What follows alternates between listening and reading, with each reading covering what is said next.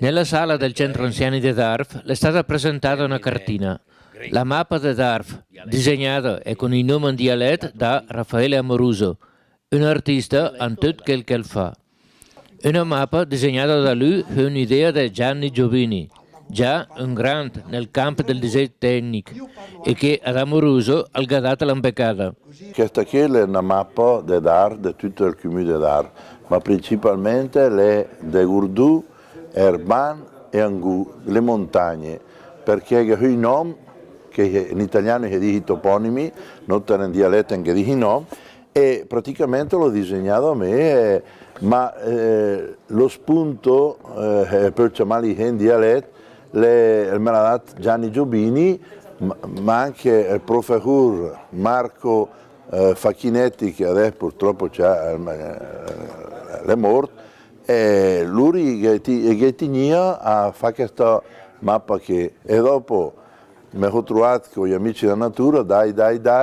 fammi il disegno, che dopo mi ha detto il nome, va a cercare per une, e infatti se ho fatto. La conferenza è stata tenuta dal professor Renato Conti, che dopo ha parlato di Amoruso e delle sue qualità, l'ha parlato in una sua dialetto, un po' particolare per chi il dialetto le conosce. Conti l'ha spiegato a come le derivazioni dei nomi dei paesi dell'Alcamonega, ma il suo riferimento è nato a Don Sina,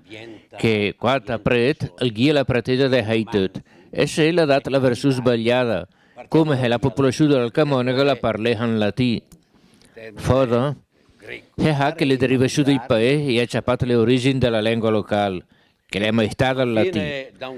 Allora, la come stai Hans, la come stai Prec, ed è metto di tirare al latino per che non che il guia un paese. Ma per quel che è la mappa? Questa è l'altra erhana col bus della Poro, e tutti i nomi fai tutti in dialetto. Ria al col de Hef, praticamente è il confine con Terha. Adesso non te ne va neanche che va a Ria la corna clenca, che è la grossa corna, con l'altihim insieme, e poi va dei mus d'Erban, che è praticamente la chiesa d'Erban, e là che è la chiesa di Angù.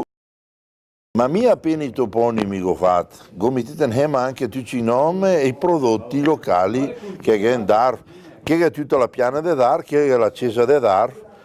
con tutti i prodotti che girano intorno a Darf, che è importante di fare la set, che è in Monticui, fuori la ramia di Hu, che gira a tre laghetti,